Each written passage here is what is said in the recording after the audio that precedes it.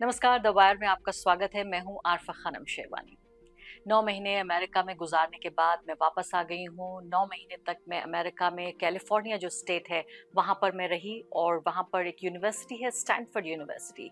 पूरी दुनिया की जो बेहतरीन जो एजुकेशनल इंस्टीट्यूशंस हैं, शैक्षणिक संस्थान, उनमें स्टैनफोर्ड का शुमार है। बहुत सारे दर्शकों ने मुझे लिखा, वो जानना चाहते थे कि आखिर मैं क्या कर रही थी अमेरिका में, ये फेलोशिप क्या होता है, क्यों एक ऐसा पत्रकार जिसको एक एस्टैब्लिश जर्नलिस्ट माना जाता है, वो अचानक क्यों चला गया देश छोड़कर, किस तरह की रिसर्च की ज़रूरत है। बहुत सारे सवाल मेरे पास आ रहे थे। कुछ लोग तो यहाँ तक भावुक होकर मुझे लिख रहे थे ईमेल्स कि क्या वाकई में ये सब कुछ यहाँ की राजनीति और पत्रकारिता, पत्रकारों पर जो दबाव मैं दिन रात जिस तरह से महसूस कर रही हूँ एक पत्रकार के तौर पर पिछले 10-11 सालों से, क्या उससे तंग आकर मैं देश छोड़कर चली गई हूँ। उन सब के लिए खबर ये है, वो लोग जो चाहते थे कि मैं देश छोड़कर चली गई हूँ और जो लोग वो नहीं चाहते थे, उन दोनों के लिए खबर यह है कि मैं वापस आ चुकी हूँ। स्टैनफोर्ड यूनिवर्सिटी में पत्रकारिता का एक फेलोशिप का कार्यक्रम है जिसको कहा जाता है John S Knight journalism fellowship programme. इसमें पूरी दुनिया से जो मानता है स्टैनफोर्ड के, पूरी दुनिया के जो जर्नलिज्म लीडर्स हैं, उनको बुलाया जाता है कि आइए आप सब लोग मिलकर एक साथ यहाँ पर पत्रकारिता जो दुनिया भर में हो रही है, यानी जो ग्लोबल ग्लोबल जर्नलिज्म है, उसको उस पर एक शोध किया जाए। और उम्मीद ये की जाती है कि इस साल साथ में गुजारने के बाद हम सब कुछ एक ऐसा प्लान, एक ऐसा रोड मैप लेकर तैयार होंगे, दुनिया भर के सिर्फ पत्रकारों के लिए नहीं बल्कि दर्शकों के लिए भी, पाठकों के लिए भी और लोकतंत्र की मजबूती के लिए भी। क्योंकि आप जानते हैं पत्रकारिता का जो पूरा मकसद है वो लोकतंत्र से जुड़ा हुआ है। जब तक कि मैं स्टैनफोर्ड नहीं पहुंची थी, जब तक मुझे अंदाजा नहीं था कि इस ब्रेक की, ये पूरा जो मुझे 9 महीने का वक्त मिला, इसकी मुझे कितनी जरूरत थी, शारीरिक रूप से, मानसिक रूप से, और मैं कहूंगी इसके अलावा इंटेलेक्चुअली भी अगर मैं देखूं कि मैं इतना ज्यादा थकी हुई थी, ये अंदाजा मुझे वहीं जाकर हुआ।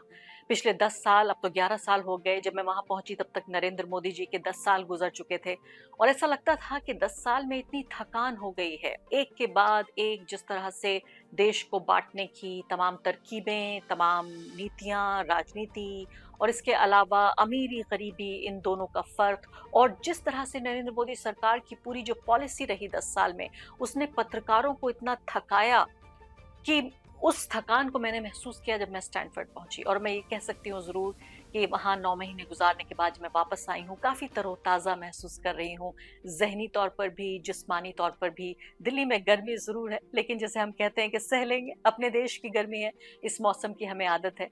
वहाँ कैलिफोर्निया में अच्छा ठंडा, बड़ा ही मैं कहूँगी सुहाना मौसम रहता है, पूरे साल सुहाना मौसम रहता है। और उस सुहाने मौसम को छोड़कर मैं न सिर्फ कि दिल्ली की जो मौसम की गर्मी है बल्कि जो राजनीतिक गर्मी भी है, उसमें वापस लौट आई हूँ। हौसले पहले से ज़्यादा बुलंद है, पहले से ज़्यादा बेहतर, अच्छा महसूस कर रही हूँ कि बेहतर पत्रकारिता करूँगी। और अब उन सवालों के जवाब देती हूँ जो मेरे पास लगातार आप लोगों की तरफ से आ रहे हैं कि आखिर मैंने स्टैनफोर्ड में 9 महीने गुजारे तो आखिर किया तो किया क्या। सबसे बड़ी बात यह है कि जिन जर्नलिज्म लीडर्स को इकट्ठा किया गया, उनमें जो विदेश से जो आए हुए लोग थे, यानी कि जो जिन्हें इंटरनेशनल जर्नलिस्ट, इंटरनेशनल पत्रकार, वो 6 लोग थे, जिनमें 6 में मेरा भी शुमार था, और 7 लोग थे जो अमरीकी पत्रकार थे। तो कुल मिला के हम लोग 13 लोग थे। उनमें मैं शामिल थी भारत से। इसके अलावा दूसरी पत्रकार थे, यानी कि एक रूस के पत्रकार थे जिनको व्लादिमीर पुतिन पे रिपोर्टिंग करने के लिए इस तरह धमकाया गया कि उन्हें देश छोड़कर भागना पड़ा। तो वो एग्जाइल में, प्रवासन में जिंदगी गुजार रहे थे, एग्जाइल में वो जी रहे थे वहाँ अमेरिका में, उनको चुना गया इस फेलोशिप के लिए। इसके बाद एक पत्रकार थी जो कि टर्किश ओरिजिन की हैं, लेकिन वो जर्मनी की पत्रकार हैं। वो नालन सिपर, उनके साथ मैंने ये पूरा वक्त गुजारा। तो ये माइकल के नाम से पहले पत्रकार रूस के थे, नालन सिपर इनको आप देख रहे हैं, ये दूसरी पत्रकार थी। तीसरी पत्रकार थे कोलंबिया से जुआन कमीलो एक ऐसे पत्रकार थे जिन्होंने अलग अलग तरह से प्रयोग किए कोलंबिया, अपने देश लैटिन अमेरिका में, और मैं बहुत ही प्रभावित उनके काम से हुई। इसके बाद हमने देखा किस तरह से अफ्रीका के पत्रकार थे, ये ग्रेगरी इनका नाम है, इनके साथ भी बहुत अच्छी बातचीत रही। बल्कि एक तरह से मैं कहूँगी अफ्रीका पर इन्होंने एक तरह की वर्कशॉप या एक तरह की बहुत जानकारी इन्होंने एक ऐसे दुनिया के एक ऐसे खित्ते के बारे में दी जो बहुत कम लोगों को जिनमें जानकारी और जिस पर कवरेज होता है। इसके अलावा मलेशिया की ये पत्रकार थीं जो दक्षिण भारत से इनका ओरिजिन है, इंडियन जो कम्युनिटी है मलेशिया में वहाँ से ये आती हैं। इनका नाम दर्शनी कांडास्वामी है। तो ये जो 6 पत्रकार थे ये तो थे जो इंटरनेशनल जर्नलिस्ट कहा जाता है। इनके साथ बहुत अच्छा वक्त गुजरा, इनके साथ बहुत कुछ सीखने को मुझे मिला।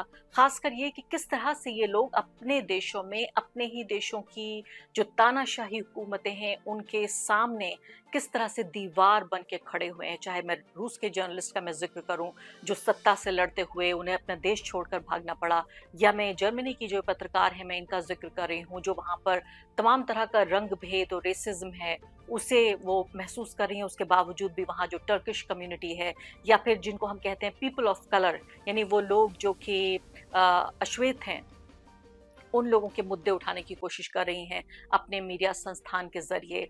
इसके अलावा ये जो लैटिन अमेरिकन हैं ये अपने देश में जो पूरा एक जंग का माहौल इनके देश में बना हुआ है आपस में लोगों को साथ लाकर ये शांति पैदा करने की कोशिश कर रहे हैं। या अफ्रीका में भी किस तरह से मुद्दे उठाने की, आप ये सोचिए कि पत्रकारिता को इस हद तक धमकियां और इस हद तक खतरा महसूस होता है कि ग्रेगरी जो हैं जब इनको ये फेलोशिप का ये कार्यक्रम मिला तब ये देश छोड़कर भागे हुए थे और मलावी की पुलिस इनका पीछा कर रही थी। किसी तरह से इन्होंने मैनेज किया कि ये अमेरिका आ गए। या मैंने आपको रूस के पत्रकार का भी जिक्र किया, तो यहाँ जाकर मुझे अंदाजा ये भी हुआ कि भारत में जरूर समस्या है लेकिन पत्रकारिता को, सच्ची पत्रकारिता को और सच को पूरी दुनिया में खतरा है। तो वहां जाकर ये महसूस हुआ कि आप अकेले नहीं हैं और लोग और जो पत्रकार हैं वो पत्रकारिता से जुड़े हुए जो तमाम तरह के सवाल हैं उनके जवाब ढूंढने की कोशिश कर रहे हैं। हफ्ते में 2 कम से कम इस तरह के लोग होते थे, एक्सपर्ट होते थे जो कि पत्रकारिता के अलावा लोकतंत्र के अलावा जो मानवाधिकार हैं उन सब से जुड़े मुद्दों के एक्सपर्ट्स हुआ करते थे। उनको ये स्टैनफोर्ड हमारे लिए बुलाया करता था, कभी हम लेक्चर दिया करते थे, कभी ये लोग लेक्चर दिया करते थे। तो ये बहुत अच्छा एक ऐसा साल गुजरा जिसकी मैंने कहा कि मुझे बहुत सख्त जरूरत थी। मैं एक तरह से इस पूरा जो भारत का जो राजनीतिक और सामाजिक परिदृश्य जिसको कवर करते करते मुझे 25 साल गुजर गए उससे थोड़ा सा दूर हटकर मैं इसी तस्वीर को एक अलग तरीके से देखना चाहती थी। और मुझे ये भी मौका मिला कि मैं भारत के बारे में, भारत के सिर्फ सरकार नहीं, भारत के लोगों के बारे में, भारत के समाज के बारे में और भारत की जो हमारे मूल्य हैं, जो वैल्यू सिस्टम है उनके बारे में अमेरिकी पत्रकार, जो 7 अमेरिकी पत्रकार थे और जो विदेशी 5 पत्रकार थे, उन सबको एजुकेट कर पाऊं कि आखिर भारत क्या है। भारत सिर्फ वो ही नहीं है जो विदेशी मीडिया आपको दिखाता है, भारत सिर्फ वही नहीं है जो कि विदेशी चश्मे से देखा जाता है। मैंने कोशिश की बताने की कि भारत का जो कामगार लोग हैं, भारत का जो मेहनतकश तबका है, भारत में वो लोग ही नहीं है सिर्फ जो हिंदू मुस्लिम राजनीति करते हैं, जो भेदभाव की राजनीति करते हैं। भारत में वो लोग भी हैं जो सर्वधर्म समभाव की बात करते हैं, जो भारत वो लोग भी हैं जो भारत नाम के विचार की बात करते हैं। मैंने भारत के किसानों की बात की, मजदूरों की बात की, भारत के अल्पसंख्यकों की बात की, भारत की महिलाओं की बात की, युवाओं की, किस तरह से जो आबादी है जिसको एक इस तरह से, जब आप विदेश में कभी जाएंगे तो हमारी आबादी को लेकर एक अलग तरीके से लोग बात करते हैं कि अरे भाई इतने लोग हैं, आप कैसे करते हैं, इतने लोग हैं कैसे, आपके यहाँ नौकरी की समस्या है, आपके यहाँ तो लोग भूखे मरते हैं। जब मैं उनको बताती हूँ कि जितने हाथ हैं उतने दिमाग, जितने लोग हैं उतने हाथ भी हैं और जितने लोग हैं उतने दिमाग भी हैं। तो हम इस पूरी जो हमारी पॉपुलेशन है, हमारी आबादी है, चाहे तो हम इसे बोझ मान लें और चाहे हम इसे एक आशीर्वाद मान लें कि भाई देखिए आप कि यंग लोग, यानी पूरी दुनिया में सबसे ज्यादा जो एक युवा देश वो भारत बन चुका है। युवाओं की सबसे बड़ी आबादी इस वक्त भारत में है। तो इस पे निर्भर करता है कि आखिर हम इस पूरे मुद्दे को, इसे एक अवसर बनाएं या इसे हम एक समस्या बनाएं कि हमारी आबादी कितनी है। तो ये भी एक अच्छा मौका मुझे मिला कि अपने देश के जो अच्छे बेहतर पहलू हैं उनको लोगों के सामने रखना कि भारत देश का मतलब सिर्फ भारत की सरकार नहीं है, भारत देश का मतलब सिर्फ वो नफरती चिंटू नहीं है जिनको आप सोशल मीडिया पर देखते हैं, सुनते हैं, पढ़ते हैं। भारत का मतलब है भारत के वो लोग जो जो ज़हीन हैं, भारत के वो लोग जो पूरी दुनिया को एक तरह से एक लीडरशिप दे सकते हैं। तमाम चीज़ें देखने का, जानने का मुझे एक मौका मिला। और ज़ाहिर है सबसे बड़ी लर्निंग, सबसे बड़ा जो सबक मुझे मिला वो ये कि सच पूरी दुनिया में खतरे में है। पत्रकारिता पूरी दुनिया में खतरे में है। पत्रकार तो बहुत हैं, लेकिन पत्रकारिता बहुत कम है। और किस तरह से पूरी दुनिया में जो ये अरबपति कारोबारी हैं, चाहे अमेरिका में एलन मस्क हों या यहाँ पर हमारे अंबानी अडानी हों, सच को खरीदने की जो ये कोशिश कर रहे हैं, सच को एक तरह से जो झूठ है उसको एक चमकदार कपड़े पहनाकर सच की तरह पेश करने की जो कोशिश हो रही है, उसी का सामना कर रहे हैं, उसी को बस्ट करने की कोशिश कर रहे हैं, उसी गुब्बारे में सुई लगाकर छेद करके उसी गुब्बारे को पिचकाने की तमाम दुनिया में पत्रकार ये कोशिश कर रहे हैं।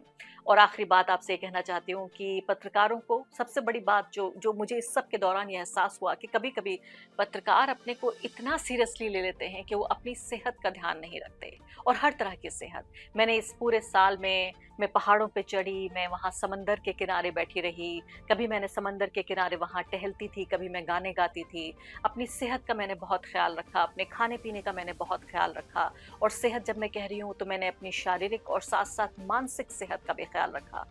अच्छी बेहतरीन किताबें पढ़ी, लोगों के साथ बहुत अच्छी बातचीत की, कभी चुटकुले भी होते थे, कभी हल्की-फुल्की बातें भी होती थीं, कभी गंभीर बातें भी होती थीं, और यही मुझे लगता है एक सबसे बड़ा सबक लेकर मैं आई हूँ कि बहुत ज़्यादा अपने को सीरियसली लेने की ज़रूरत नहीं है। आपको अपना काम सीरियसली करने की ज़रूरत है, लेकिन इसके साथ-साथ पत्रकारों को उनकी मेंटल हेल्थ, उनकी फिज़िकल हेल्थ, इस सब का भी ख्याल रखना बहुत ज़रूरी है, क्योंकि अगर हम तंदुरुस्त नहीं होंगे, तो आप तक हम बेहतर सूचना कैसे लेकर आएँगे?